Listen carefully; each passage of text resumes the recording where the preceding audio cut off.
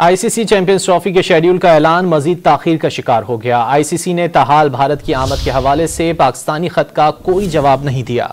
भारतीय बोर्ड ने भी ताहाल आईसीसी को पाकिस्तान न जाने की कोई भी तहरीरी वजह नहीं बताई है।